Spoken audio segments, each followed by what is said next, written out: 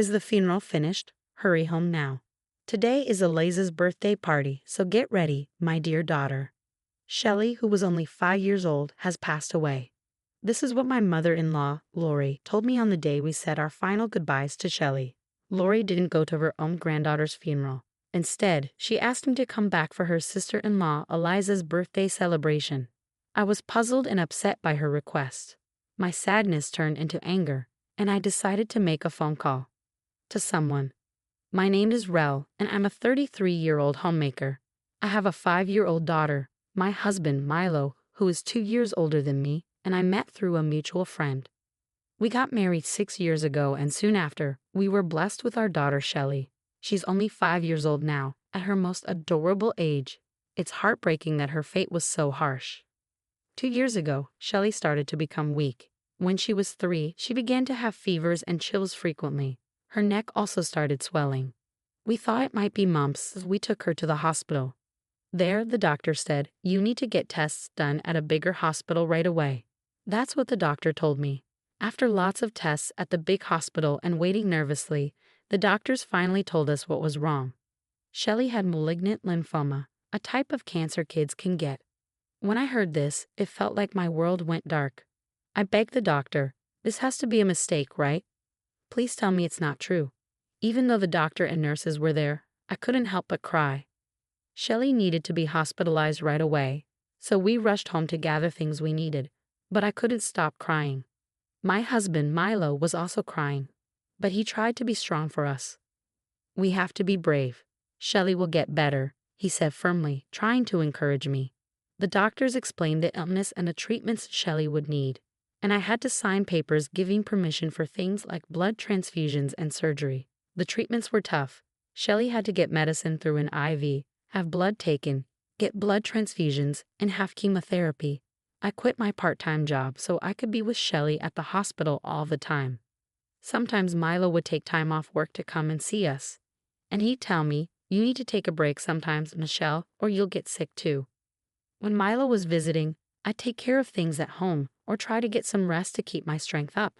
In the first few days at the hospital, Shelly cried a lot, but as she got used to being there, she cried less and less. The nurses would compliment her, saying things like, "Shelly was so brave today. She didn't cry at all when she got her shot." Even though Shelly's hair fell out and she felt weak because of the medicine she had to take, she never complained. She always had a smile on her face. One day when Milo and I went to visit her, Shelly showed us a drawing she did of us in her notebook. "Mom, look," she said proudly. "Shelly, it's really good," I told her, feeling proud too. Shelly was always chatty, even when she was lying in her hospital bed. Her talking made us feel stronger. When her white blood cell count was low, she had to stay in a special clean room. But after about a month, when her blood count got better, she was allowed to come home for a little while. "Mom, I want to go to preschool," she said excitedly. So we took her back to school for the first time in a long time. Seeing Shelly playing happily with her friends made us so happy. When we got home, my mom came to visit. "Shelly, you're doing so well," she said, holding Shelly close. Seeing Shelly being so lively and playful in my mom's arms made it hard to believe she was sick. "Mom, it smells like home," Shelly said as she sniffed the towels and blankets that had been drying at home for a few days. She seemed full of energy. But then she suddenly said, "Mom, my head hurts." She looked a bit lost and complained. "Let me check. Oh, you have a little fever. Stay here. I'll make you some soup." I tucked Shelly into bed and quickly finished up my chores, then started making soup. Just as I was about to start cooking, the doorbell rang. When I looked at the monitor, I saw Lori. I immediately wished I hadn't answered the door. "Lori, what brings you here?" I wanted to ask, "Do you need a reason to visit your son's house?" But I stayed quiet. Normally, I'd be happy to welcome a kind mother-in-law, but Lori, Milo's mom, was the last person I wanted to see. If I asked her, she'd probably say her hobby is harassing her daughter-in-law, I thought to myself. Since Milo and I got married, Lori had been constantly giving me a hard time, making fun of me for not having a higher education, or for being tall instead of cute. It was like she had a knack for saying hurtful things. When Milo's dad was alive, he would sometimes step in and tell her off, which made things a little easier to handle. But after he passed away from an illness during our second year of marriage, Lori's behavior got even worse. With no one to keep her in check, she'd do things like not ordering my favorite food or turning off the hot water while I was in the shower. Just little, mean things like that. Milo has an older sister, Eliza, who's a successful career woman. Her husband, my brother-in-law, is a prosecutor, and Lori is really proud of Eliza. She's always comparing me to Eliza and making snide comments. Eliza has a son named Jace, who's in second grade. When we visited for Christmas, it was obvious how differently Lori treated Jace compared to Shelly. Even though Shelly is her granddaughter, it seems like Lori doesn't find her adorable because she doesn't like me, her daughter-in-law.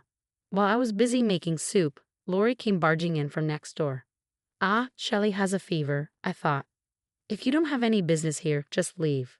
But then she said, such a weak child. I wonder where she gets it from. Certainly not our side of the family. Your dad had cancer, didn't he? Yes, Lori, I've told you many times, this illness isn't passed down through families. Yes, my dad died from cancer when I was in high school. But malignant lymphoma isn't usually inherited, except in some cases related to certain viruses. How many times do I have to explain this? Is she forgetting things? In the end, Lori just took a quick look at Shelly, said something mean, and left. I wonder if she has dementia. In the end, I glanced at Shelly's face, made a few sarcastic remarks, and left. I wondered what her purpose was. Was she just bored? Shelly spent about a year going back and forth between staying in the hospital and coming home for a few days as her blood count got better. After about a year and a half in the hospital, she finished her treatment and we were finally able to bring her home. She was able to go back to preschool, and we even took a family trip to the aquarium. She was full of energy and seemed so lively. I never doubted that Shelly would get better. But a year after she left the hospital, when she turned 5, my worst fears came true. Her illness came back. The painful treatment started again. She had injections in her spine, radiation therapy, she got pneumonia, and had high fevers. I did everything I could to help her.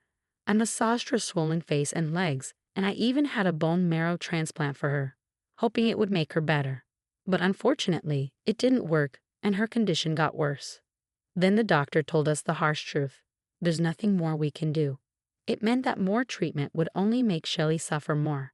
The doctor said she didn't have much time left, so we decided to bring Shelly home and make the most of the time we had left together. We did everything Shelly wanted to do. She even got to join in on the activities at preschool and play with her friends. Her smile brought joy to everyone around her. Mom visited a lot. I promised myself that I wouldn't cry in front of Shelly, but sometimes I couldn't help it, and tears would fall. Mom, what's wrong? Do you have a headache? Even though she was in pain, Shelly was still so caring, always worrying about me. I prayed so hard for our happy moments to never end, for a miracle to save Shelly, but my prayers went unanswered. Even though she looked healthy, her blood test results kept getting worse. Her condition was getting worse too, and eventually she couldn't even walk, but we were certain that she would make it to her 6th birthday.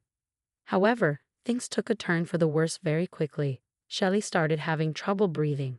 You should be prepared, the doctor told us. I had promised myself I wouldn't cry, but I couldn't hold it back. In a daze, I told Shelly, I love you, and she weakly replied, I love you too. Despite how hard it was for her to speak, she managed to say those last words. Around 4 a.m., she got really critical. The doctor tried everything to save her, but Shelly passed away. We held her in our arms like we promised, wanting her to feel loved as she went to sleep for the last time. We begged her to stay with us, but she couldn't. I didn't have time to grieve because I was immediately swept up in arranging her funeral. It felt like if I stopped moving, I would lose my mind. When we got to the funeral home, Lori said, You're not coming to my words. I replied, Right now, taking care of the living is more important than anything else. Eliza is coming back from overseas, and today is her birthday. We need to pick up the cake. I was feeling really confused and upset with all the things you were saying. I said, trying hard to not let my anger burst out. At least bring a gift later. You better show up, or I won't forgive you. As if you're the one who gets to forgive, I blocked Lori's number and called someone else instead. Many people came to the funeral, including doctors from the hospital, friends from preschool, and my own friends. Everyone was crying for Shelly, which was really touching. We put her favorite sunflowers in her coffin, and her friends put letters inside too. Milo did a good job representing our grieving family. After a while, Milo and I went to his parents' house. Milo, Rel, please help, Lori begged as we walked in. We ignored her and went to the living room. Eliza's family and some relatives were there, and they all seemed angry at Lori. Eliza was the first to talk to us. I'm really sorry, Rel. We didn't know today was Shell's funeral. After I hung up on Lori, I called my sister-in-law Eliza. Despite Lori often comparing us, Eliza and I had a close bond, like real sisters. Since I was an only child, I cherished Eliza like family. Her son, Jace, used to play with Shelly a lot. Even when Shelly got sick, Eliza visited us often to show her support. This year, Eliza had to go abroad for work, and when she returned, it happened to be on her birthday, which overlapped with Shelly's funeral. We were busy dealing with everything and had asked Lori to inform her side of the family. But Lori, in her foolishness, told them about a birthday party for Eliza instead of Shelly's funeral. Eliza, who I had personally informed, was shocked to find out that Lori hadn't attended the funeral. When Eliza contacted me again after returning home, the funeral was already over, but they were waiting for us to return. Eliza, among others, was mourning Shelly, while everyone gave Lori cold looks. Lori said, "You can always have another child," which were the worst possible words to say. Then, with a furious look, Eliza threw the cake prepared for her right at Lori's face. "Clean up that twisted personality of yours." She dragged Lori to the shower room and drenched her in her clothes completely. When asked why Lori had called, Lori weakly replied, "Lori was nagging me to hurry back for Eliza's birthday party preparations." The relatives were shocked and disgusted. After coming out of the shower room, Lori, completely soaked, was looked down upon by everyone. "No, but it's Eliza's birthday party. She's returning after so long. Shelly was sick anyway, not expected to live long. Eliza's birthday is more important, right?" Lori's excuse was met with anger from Eliza, who furiously asked, "My birthday party? What nonsense. Calling Rel for that? If Shelly was so important, how could you not understand Milo's grief over losing her? Why didn't you attend your granddaughter Shelly's funeral?" "No, but," Lori started, but she couldn't find an excuse and grew quieter. That's when Jace spoke up. "Grandma, you don't really love your grandchildren, do you?" To Jace's soft murmur, Lori could only respond, "That's not true." "I love you, Jace," I said. "You're healthy and Eliza's child." "What's that supposed to mean? So Shelly, my child, wasn't loved because she was ill, and your daughter-in-law's daughter."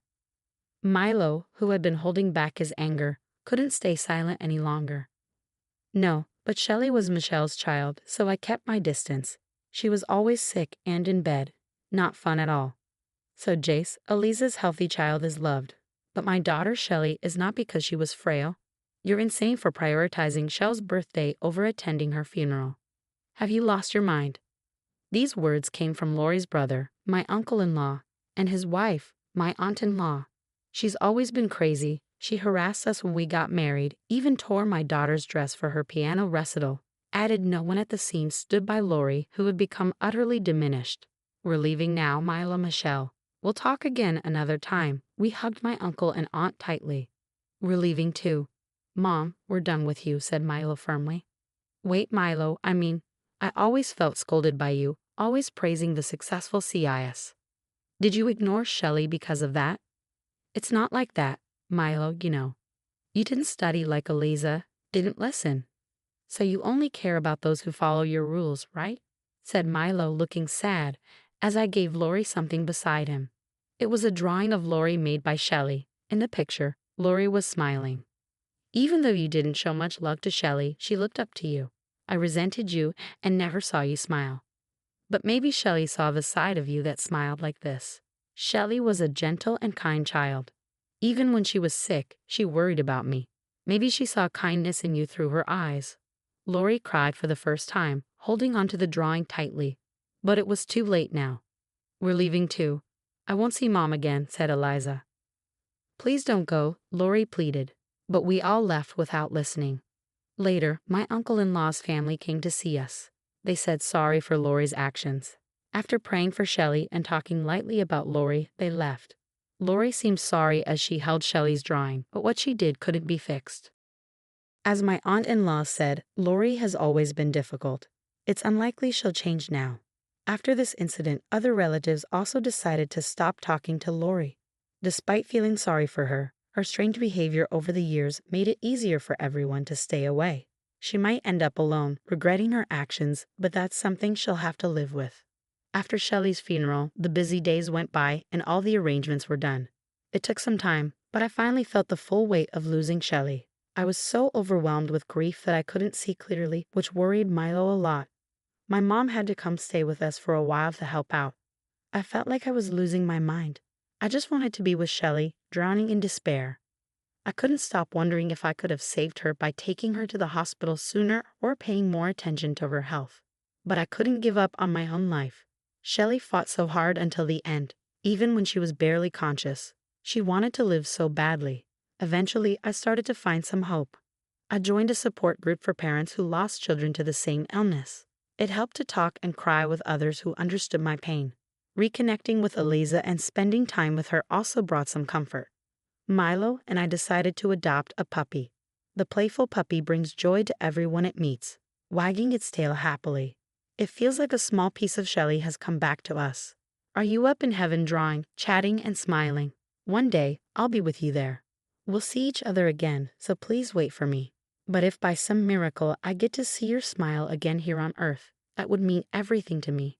As Shelly's mom, I promise to live